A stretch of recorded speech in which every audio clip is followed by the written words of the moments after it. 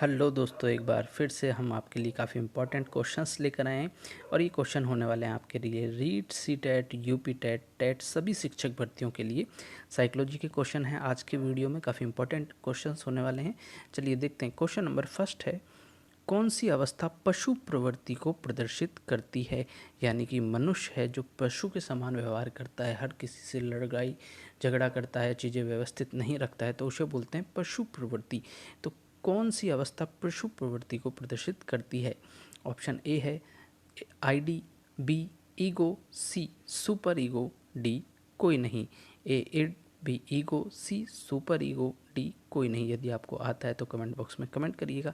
तो पशु प्रवृत्ति को प्रदर्शित करती है वो होती है इड, यानी कि ऑप्शन ए इसका राइट आंसर होगा। चलिए क्वेश्चन नंबर सेकंड है, प्रोसेटिंग कहते हैं ऑप्शन ए पूरक आहार को, ऑप्शन बी संतुलित आहार को, ऑप्शन सी डकार के साथ दूध बाहर आने को, ऑप्शन डी बच्चे के छींकने को। तो प्रोसेटिंग किसे कहते हैं? आपको आता है तो कमेंट बॉक्स में ज़रूर कमेंट करके हमारे क्वेश्चंस के आंसर दीजिए। काफ़ी इंपॉर्टेंट क्वेश्चंस हैं, बार बार एग्ज़ाम में आने वाले क्वेश्चंस है। आपको किसी न किसी एग्ज़ाम में एक प्रश्न आप देखने को ज़रूर मिलेगा। चलिए प्रोसेटिंग है वो बोलते हैं ऑप्शन सी डकार के साथ दूध बाहर आने को, यानी कि जो छोटे बच्चे होते हैं वो अपने माता का दूध पीते हैं, तो दूध पीने के बाद में उनको डकार आती है तो उनके मुंह से दूध वापस बाहर निकलता है, उस क्रिया को प्रोसेटिंग कहते हैं। ये इंपॉर्टेंट क्वेश्चन है, आया हुआ क्वेश्चन है और बार बार आने के चांस बने हुए रहते हैं। चलिए क्वेश्चन नंबर थर्ड है, बालक के मुंह से निकलने वाली पहली ध्वनि है, यानी कि जो बच्चा है वो सबसे पहले जो ध्वनि निकालता है मुंह से, उसे किस नाम से जाना जाता है?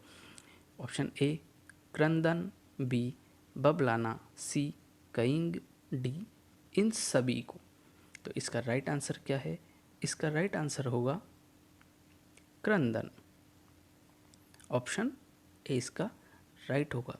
चलिए क्वेश्चन नंबर 4 की तरफ चलते हैं। उससे पहले मैं आपसे रिक्वेस्ट करना चाहूँगा, यदि अभी तक आपने हमारे यूट्यूब चैनल को सब्सक्राइब नहीं किया है तो प्लीज़ चैनल को जरूर सब्सक्राइब कीजिएगा और वीडियो पसंद आए तो लाइक और शेयर करना ना भूलिएगा। काफ़ी इंपॉर्टेंट क्वेश्चंस हम आपको प्रोवाइड करवा रहे हैं, सारे सब्जेक्टों के क्वेश्चन होंगे जिससे कि आपका रिवीजन भी होगा। और पढ़ना ही इंपॉर्टेंट नहीं है, पढ़ने के साथ साथ जब तक आप क्वेश्चंस को सॉल्व नहीं करोगे, क्वेश्चंस के आंसर नहीं दे पाओगे, तब तक आपका पढ़ना एग्ज़ाम के लिए सही नहीं होगा। एग्ज़ाम में जब भी आप क्वेश्चन अटेम्प्ट कर पाओगे जब यहाँ पर आप क्वेश्चंस को ज़्यादा से ज़्यादा निकालोगे। चलिए क्वेश्चन नंबर 4 है, चाइल्डहुड एंड सोसाइटी पुस्तक के लेखक हैं। चाइल्डहुड एंड सोसाइटी पुस्तक के लेखक कौन हैं? ऑप्शन ए प्याजे, B Freud, C Erikson, D Kohlberg. तो इसका राइट आंसर है ऑप्शन सी, एरिक्सन के द्वारा चाइल्डहुड एंड सोसाइटी पुस्तक लिखी गई थी। क्वेश्चन नंबर 5 की तरफ चलते हैं, किशोरावस्था अपराध प्रवृत्ति के लिए विकास का नाजुक समय है, कथन किसने दिया था? यानी कि किशोरावस्था जो होती है, जब बच्चे बड़े होते हैं थोड़े से, जब किशोरावस्था में आते हैं तो अपराध प्रवृत्ति, लड़ाई झगड़ा करना, चोरी करना, ये चीज़ें सीख जाते हैं। तो ये किसने कहा था? Option A Valentine, B Woodworth, C Skinner, D Herbert. तो ये कहा गया था ऑप्शन ए वैलेंटाइन के द्वारा। ऑप्शन ए इसका राइट आंसर होगा। चलिए क्वेश्चन नंबर 6 की तरफ चलते हैं, गुणसूत्र में छिपी वंशानुक्रमिक कारकों को कहते हैं। गुणसूत्र में छिपे वंशानुक्रमिक कारकों को कहते हैं, यानी कि वंशानुक्रम जो वंश के साथ आगे जाते हैं उन कारकों को क्या कहते हैं? ये क्वेश्चन आया हुआ है आपका, ये काफ़ी इंपॉर्टेंट क्वेश्चन है। ए जीन्स कहते हैं, बी क्रोमोसोम कहते हैं, सी एसिड कहते हैं, डी अंडाणु कहते हैं। तो उसको बोला जाता है ऑप्शन ए जीन्स। गुणसूत्र में छिपे वंशानुक्रमिक कारकों को जीन्स कहते हैं, जिनके द्वारा माता पिता के लक्षण, सेम लक्षण बच्चे के अंदर जाते हैं, वो क्या कहलाते हैं? जीन्स कहलाते हैं। चलिए क्वेश्चन नंबर 7, ये जितने भी क्वेश्चन आपके आ रहे हैं आज के वीडियो में, ये आपके फर्स्ट यूनिट जो होती है, सभी एग्जामों का सिलेबस सेम होता है लगभग। फर्स्ट यूनिट बाल विकास होती है आपकी, ये उसके क्वेश्चन है। तो बालकों के ऊपर बालक बच्चे पैदा होने से लेकर बड़े होते हैं जब तक कौन कौन सी क्रियाएं कैसे कैसे सीखते हैं, क्या क्या वैज्ञानिकों ने उनके बारे में क्या क्या खोजें की हैं, ये इस वीडियो के अंदर आपको मिलने वाले हैं प्रश्न। बाल्यावस्था मिथ्या परिपक्वता का काल है, यह कथन किसने कहा था? बाल्यावस्था मिथ्या परिपक्वता का काल है, यह कथन किसके द्वारा कहा गया था? Option A Skinner, B Ross, C Guilford, D James.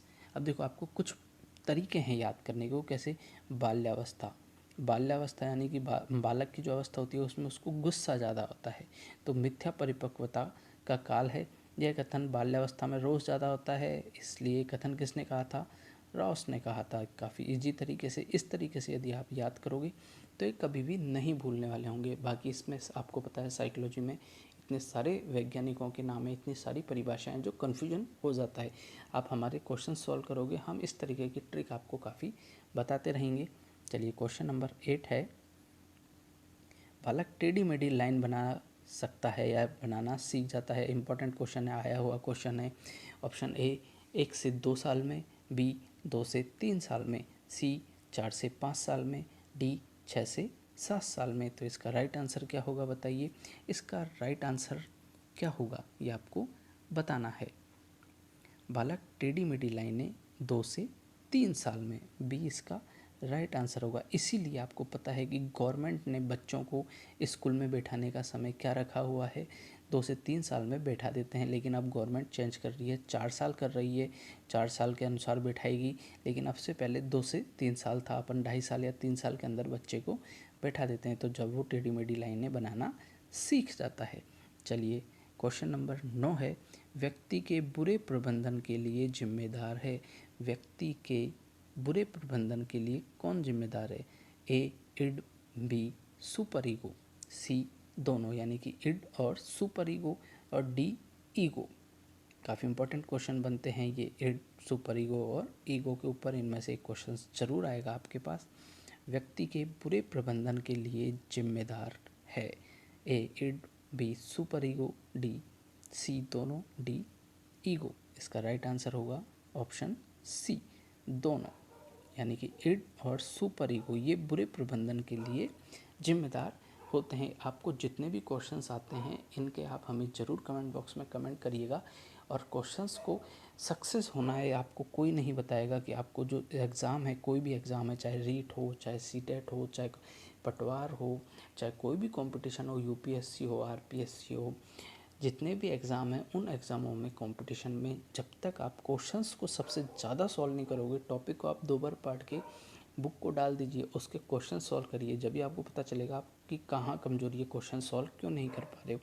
इसलिए जब तक आप क्वेश्चन सॉल्व नहीं करोगे तब तक आपका एग्ज़ाम क्लियर करने में बहुत परेशानी होगी। इसलिए सबसे ज़्यादा क्वेश्चन सॉल्व कीजिए, पढ़िए कम, एक बार पढ़िए, 2 बार पढ़ लिए, नोट्स क्लियर हो गए, रख दीजिए, क्वेश्चन सॉल्व करिए। क्वेश्चन में अटकोगे उस टॉपिक को फिर देखिए कि क्यों अटके हैं, वहाँ पर क्यों हुआ नहीं है। इसका राइट आंसर होगा ऑप्शन सी। अभी तक आपने सब्सक्राइब नहीं किया है तो प्लीज़ चैनल को ज़रूर सब्सक्राइब कर दीजिएगा, और वीडियो पसंद आए तो लाइक और शेयर करना ना भूलिएगा। क्वेश्चन नंबर 10 है, ईगो का संबंध है। हमारे पिछले वीडियो में हमने इड का संबंध पूछा था, और यहाँ पर ईगो का संबंध पूछ रहे हैं।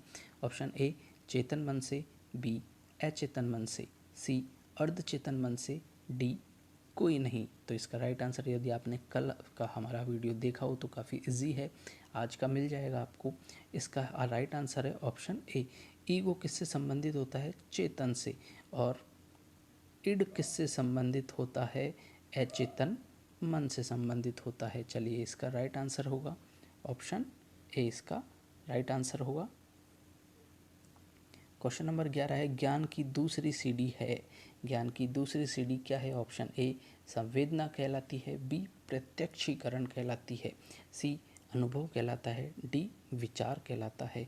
तो प्रत्यक्ष जो चीज़ होती है वो प्रत्यक्षीकरण में आती है। ऑप्शन बी इसका राइट आंसर होगा, प्रत्यक्षीकरण ज्ञान की दूसरी सीढ़ी है। चलिए, क्वेश्चन नंबर 12 की तरफ चलते हैं। उम्र बढ़ने के साथ नींद की मात्रा, यानी कि बच्चे हैं, शिशु है, शिशु की जब उम्र बढ़ती है, वो पैदा होता है, पैदा होने के बाद में 1 साल का होगा, 2 का होगा, 3 का होगा, 4 का होगा, तो इस तरीके से उसकी उम्र बढ़ने के साथ साथ नींद की मात्रा, ऑप्शन ए बढ़ती है, बी घटती है, सी परिवर्तित रहती है, डी कोई नहीं, यानी कि इनमें से कोई नहीं। तो आपने देखा होगा जब छोटा बच्चा होता है, शिशु जो होता है वो बहुत ज़्यादा सोता है, वो 20-20 घंटे 18-18 घंटे सोता है। लेकिन जब धीरे धीरे उसका महीने बढ़ने लगते हैं, 2 3 4 5 6 8 महीने, 10 महीने, 12 महीने, 1 साल का हो जाता है, फिर 2 साल का हो जाता है, तो उसको नींद क्या आती है, घटने लग जाती है, यानी कि कम हो जाती है। तो नींद का ग्राफ कम होता है। उम्र जैसे जैसे बढ़ती है वैसे वैसे नींद का ग्राफ कम होता जाता है, यानी कि इसका राइट आंसर होगा ऑप्शन बी। चलिए क्वेश्चन नंबर 13 है, शिशु रंगों को पहचानने लगता है। यहाँ पर शिशु की बात कर रहे हैं, छोटे बच्चे की। शिशु रंगों को पहचानने लगता है 3 ईयर में, ऑप्शन बी है 4 ईयर में, ऑप्शन सी है 5 ईयर में, ऑप्शन डी है 8 ईयर में। राइट आंसर आता है तो कमेंट बॉक्स में ज़रूर कमेंट करिएगा। इसका राइट आंसर होगा ऑप्शन सी, 5 साल के अंदर, यानी कि 5 साल के अंदर अंदर बच्चा परफेक्ट हो जाता है, कलरों को पहचानने लग जाता है 5 साल के। ये कोई भी क्वेश्चन होता है तो इसके अंदर आपको बता दें हम, एवरेज होता है ये। जैसे कि 5 का मतलब ये नहीं है कि कोई 4.5 में सीख गया या 4 में सीख गया तो 4 में सीख गया, कोई 6 साल में भी निकल जाता है। तो ये एवरेज निकालते हैं कि बच्चे अधिकतम किस उम्र में, 10 में से 8 बच्चे 5 साल के अंदर अंदर सीख जाते हैं। 2 बच्चे ऐसे होते हैं जो एक कम में भी सीखता है और एक 5 से ज़्यादा में भी सीखता है। तो ये क्या माना गया है, 5 साल मानी गई है इस तरीके से। चलिए क्वेश्चन नंबर 14 है, शिशु बिना सहारे के बैठ सकते हैं। आज अपन बाल विकास की बात कर रहे हैं, इसलिए बालकों के ऊपर, शिशुओं के ऊपर ही क्वेश्चन ज़्यादा लिए हैं हमने। शिशु बिना सहारे के बैठ सकते हैं, यानी जब बच्चा पैदा होता है तो उसको लिटा के रखते हैं घर वाले, उसके बाद में धीरे धीरे वो बैठना सीखता है। तो वो कब बैठ सकता है, 5 से 6 माह के अंदर, बी है 7 से 8 माह के अंदर, सी है 9 से 10 माह के अंदर, डी है 11 से 12 माह के अंदर, यानी कि 1 साल के अंदर। तो इसका राइट आंसर होगा ऑप्शन सी, 9 से 10 माह के अंदर बच्चा बैठना सीख जाता है। चलिए क्वेश्चन नंबर 15 पर आने से पहले एक बार फिर से मैं आपसे रिक्वेस्ट करूंगा, यदि आप यहाँ तक आ चुके हो और अभी भी आपने हमारे यूट्यूब चैनल को सब्सक्राइब नहीं किया है, तो आपको पता है क्वेश्चंस काफ़ी अच्छे चल रहे हैं, इसलिए आप लास्ट तक भी पहुँच चुके हो। प्लीज़ चैनल को कर दीजिएगा सब्सक्राइब, और वीडियो पसंद आए तो लाइक और शेयर भी ज़रूर करिएगा। क्वेश्चन नंबर 15 है, बालक घुटने के बल चलने लगता है। ये इंपॉर्टेंट क्वेश्चन है, ये आए हुए क्वेश्चन है। 14 भी आया हुआ है, 15 भी आया हुआ है। बालक घुटने के बल चलने लगता है, ऑप्शन ए 5 माह में, बी 6 माह में, सी 7 माह में, डी 9 माह में। इसका राइट आंसर क्या होगा, देखिए ये दोनों क्वेश्चन मिलते जुलते हैं। बिना सहारे के जब बैठ सकेगा तभी घुटने के बल चल सकेगा। तो इसका राइट आंसर क्या है, 9 से 10 माह। तो बालक घुटने के बल चल सकता है, तो कितने माह में चल सकता है, डी आंसर।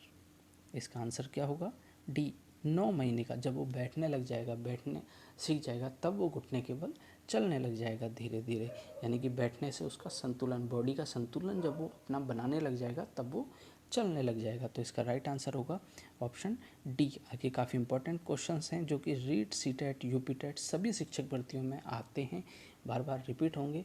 ये काफ़ी इंपॉर्टेंट तरीके से हमने बनाए हुए हैं, आपको काफ़ी एग्ज़ाम में ये जो सहायता करेंगे आपकी।